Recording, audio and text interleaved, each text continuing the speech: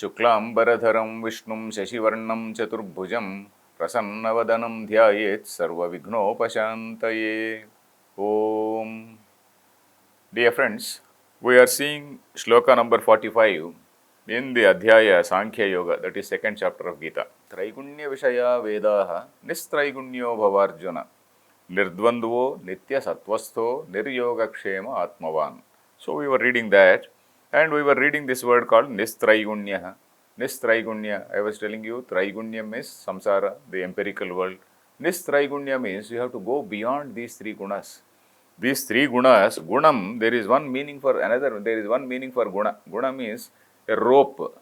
Guna, one meaning for guna is rope. In addition to the meaning called sattva guna, rajo guna, tamo guna, another meaning is rope.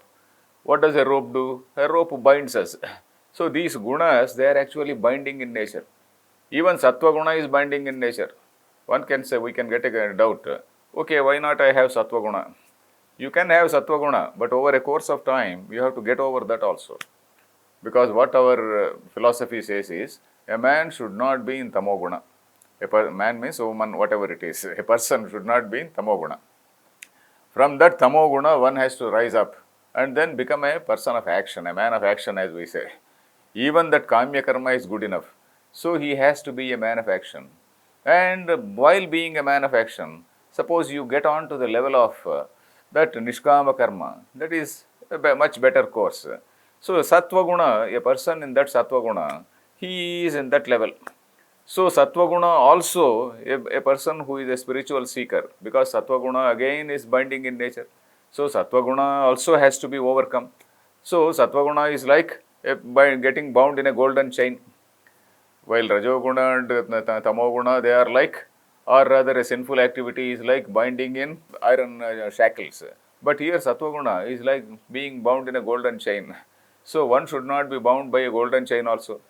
Binding is a binding, or a shackle is a shackle. Whether it is a iron shackle or whether it is a golden shackle is a shackle. So a person should overcome or go beyond this sattva-guna also. So that is the reason why he is saying Nistraigunyo Bhavarjuna. And this, of course, we are going to see in the 14th chapter later.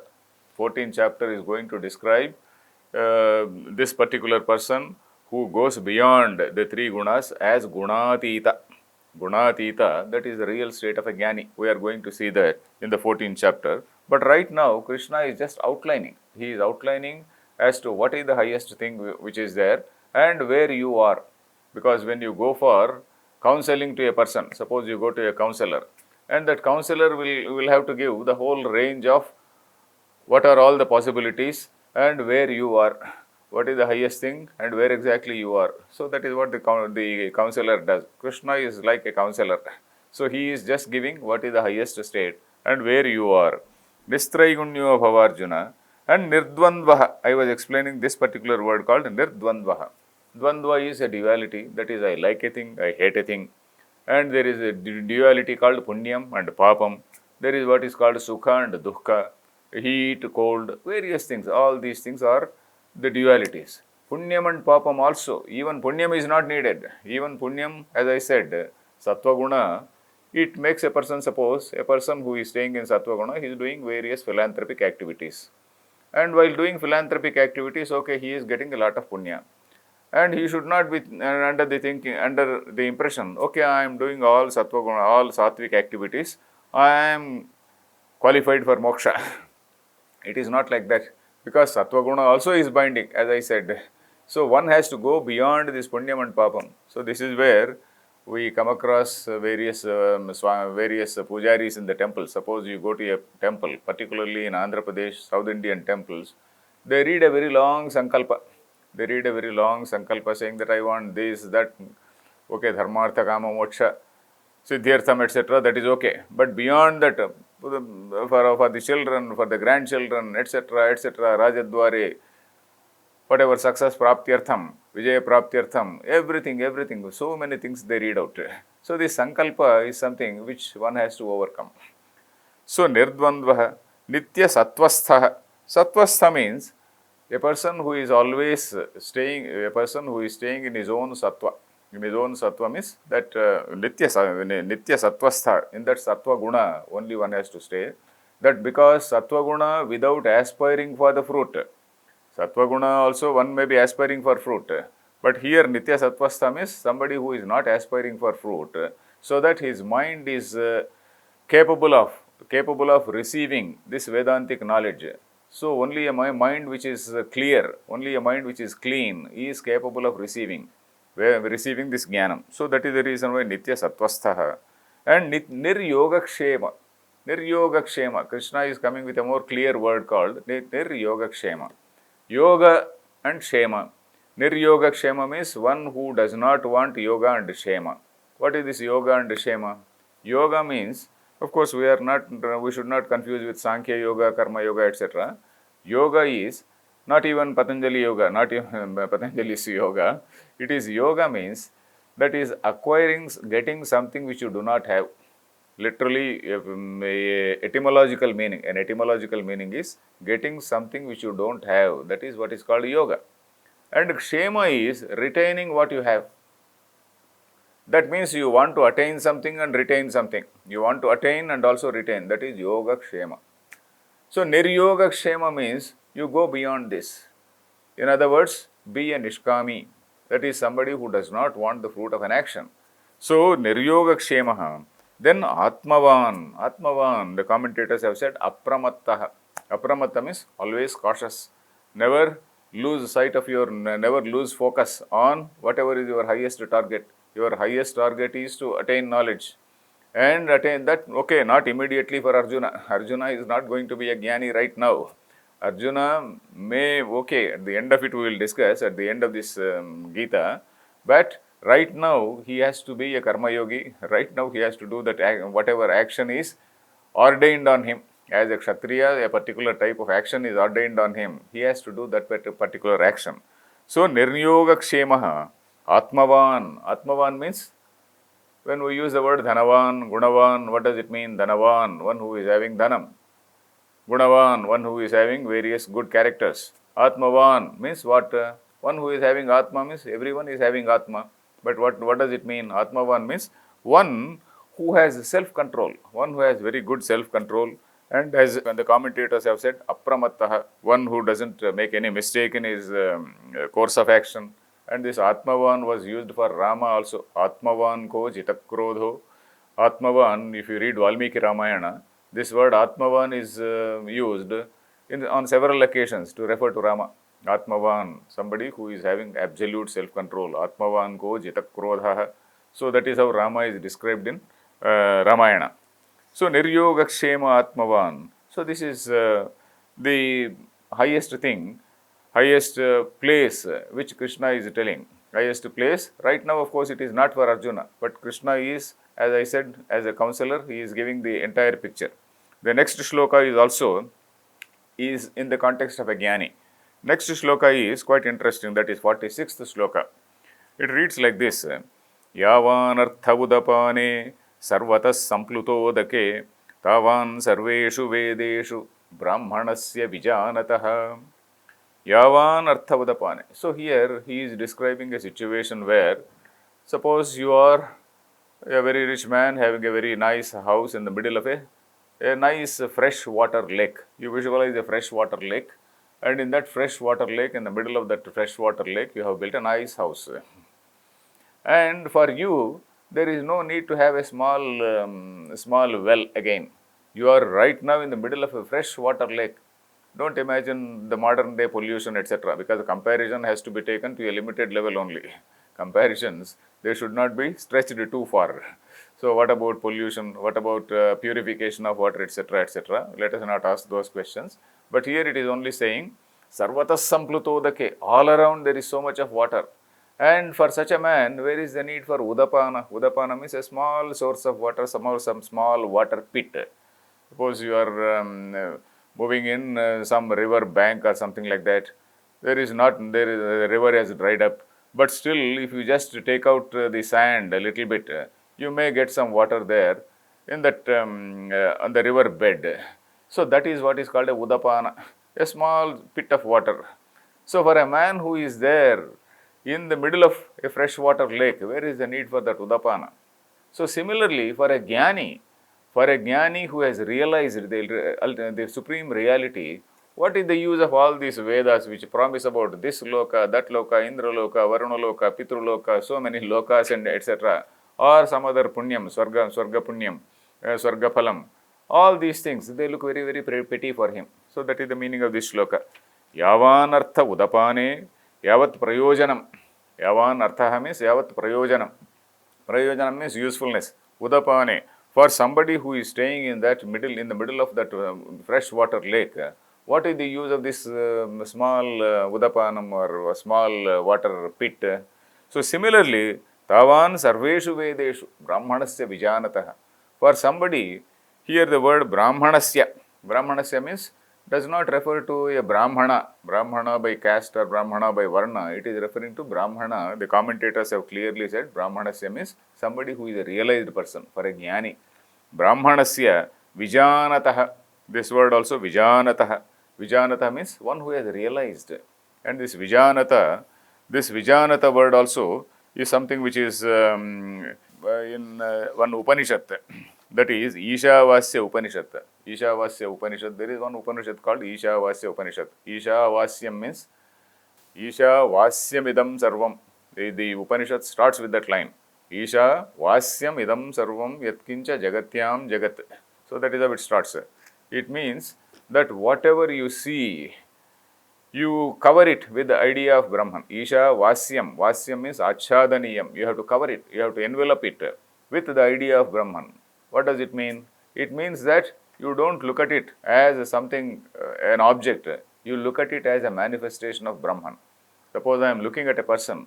I should not look at a person, as that person, but I have to look at him, a manifestation of that Brahman. So Isha again does not refer to Ishvara, who is the husband of Parvati, etc. We are not referring to that Ishvara. In the Upanishads, whenever we come across the word Isha, it does not refer to that Ishvara, husband of Parvati. Isha and Parameshwara, Paramatma, all these things, they refer to that supreme reality, what we call Brahman. So Isha Vasyamidam Sarvam means you have to look at the whole world as a manifestation of Jagat. That is possible for a jnani. So there is one line which says, Yasmin Sarvani Bhutani Atmaiva Bhut Vijanatah. For the realized person who sees all the beings as not different from his own self, and his own self not different from that supreme self. So everything he sees as a manifestation of Brahman. That is the stage of realization according to the Upanishads. So a person who is in that stage, Vijanatah, for a person who is in that stage, what is the use of all these lokas, etc., etc.? It is of no use. In fact, in a Upanishad called Taittiriya Upanishad, there is a big discussion on what is happiness. What is human happiness? What is the measure of human happiness? Suppose you want to discuss. What is the measure? Suppose I am a very, very rich man, but I am, even if I am very, very rich, I may not be able to have all I want in the whole world. So that Upanishads visualizes a situation where you can ask for anything in the world and it comes. Anything in the world. You ask for anything, whether it is a property or whether it is a person or a woman, whatever it is, whatever you want, it comes. Whatever money you want, all that thing is with you. And you also have the ability to enjoy. It is not as though you are an old man and you are asking for so many things, not like that. You are also a very, very young man. Asishto, Dradhishto, Balishtha, that Upanishad says. And everything, whatever is there in the world is available for him, and you are a person who is also Asishta. He is having that joy of the joie de vivre, as we say, the joy of life. He is having all that inclination, all that ability to enjoy. So, such a person, whatever happiness he gets with all there in the world, that is the measure of Manushananda. Manushananda means the highest, the acme of happiness which a human being can have at this level. So that is what it is not possible even for the President of America or for anybody, because the President of America also in his own state, he will be having so many opponents. So this gentleman, the Manushananda whom we are visualizing, is somebody who has absolutely no opposition anywhere in the world and the whole world is under him. So that is Manushananda. And above this human being, various celestial beings are told in our Puranas and Upanishads. What are they? Some Gandharva Loka, some other Deva Loka, some other Loka, etc. So 100 times as much of Manushananda is Gandharva Ananda. And 100 times the Ananda of Gandharva is some other level. So like that is Ananda Mimamsa Gosan. Ananda Mimamsa means the discussion about what is the ultimate pleasure. And at every step they say, at every step the Upanishad says, Shrotriyasya cha akama hatasya, it says. Shrotriya means somebody who is realized in what the one who has realized what the Shruti says, he is a Shrotriya. Shrotriya means we should not refer to our Shrotriya people who are chanting Vedas, etc. Shrotriya means somebody who has understood the meaning of the Shruti, Vedas, akama hatasya. One who has gone beyond this kama, one who has gone beyond, kama again does not mean sex alone. Kama means somebody who has gone beyond this desire. That is, he has reached that level of desirelessness. Somebody who has reached that level of desirelessness is called akama hata, one who is not afflicted by kama any longer. So that man, he is somebody who is having all the pleasures of all the people is equal to his happiness, because he is absolutely in a very, very blissful state, not because of any foolishness, but because of enlightenment, because he has realized what is that supreme reality, and he is in that state of Brahman. So now Krishna is referring to that particular stage. Tavan sarveshu vedeshu brahmanasya vijanatah. For somebody who is in the state of at that level of supreme bliss, he is like a person who is in the middle of that pure water lake, and as that man doesn't want a small pit of water. Similarly, if you talk about Swargaloka, it will look very, very petty for him. And in fact, in Ramayana also we come across two situations where some munis, some sages, they want to offer various lokas to Rama. So one particular Maharshi called Sharabhanga Maharshi. That Sharabhanga Maharshi, when Rama, Lakshmana and Sita, when they are in the forest, they go to his ashrama. That Sharabhanga Maharshi says, I want to offer you all the punya lokas which I have attained, which I have acquired by virtue of my tapas and by virtue of my austerities. Rama says, no sir, I do not want them. Ahameva harishyami. I do not want all the lokas. If I want, I can get. So that is what he says. So there Ramayana repeatedly, this reference to lokas comes, and repeatedly Rama says, lokas are not important. So probably Valmiki also wanted to convey that this attaining of all these lokas by various actions, that is not very important. Attaining knowledge is what is more important. It looks like that.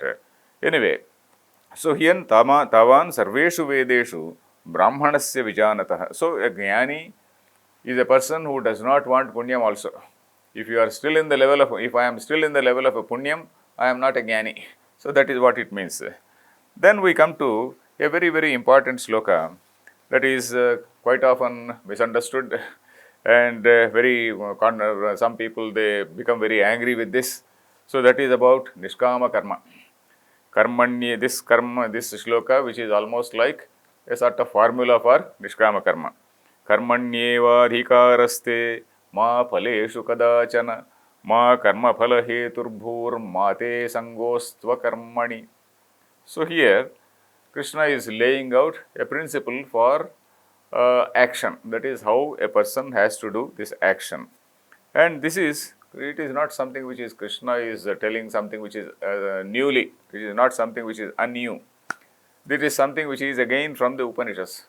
One Mahatma by name Akhandananda Maharaj, he has drawn attention to a mantra from again the Ishavasya Upanishad. I was just telling about Ishavasya Upanishad. And in that Ishavasya Upanishad, the very second mantra, it says, Kurvanneveha karmani jijivishet shatagam samaha. Kurvanneveha karmani jijivishet shatagam samaha. It says, that is, a person, in the very first mantra of that Upanishad talks about a jnani. That is Isha Vasyamidam Sarvam, a person who is able to look at everything as a manifestation of that supreme reality.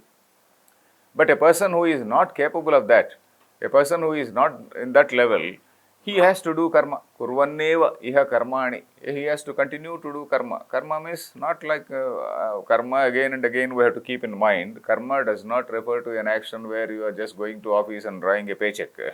Karma is referring to an activity where you have got some interface with people, where there is a chance of punyam or papam, where there is some good deed which is going to give you some punyam, or some other deed which is going to give some papam. We are only referring to that. Ethical actions, we are referring to ethical actions.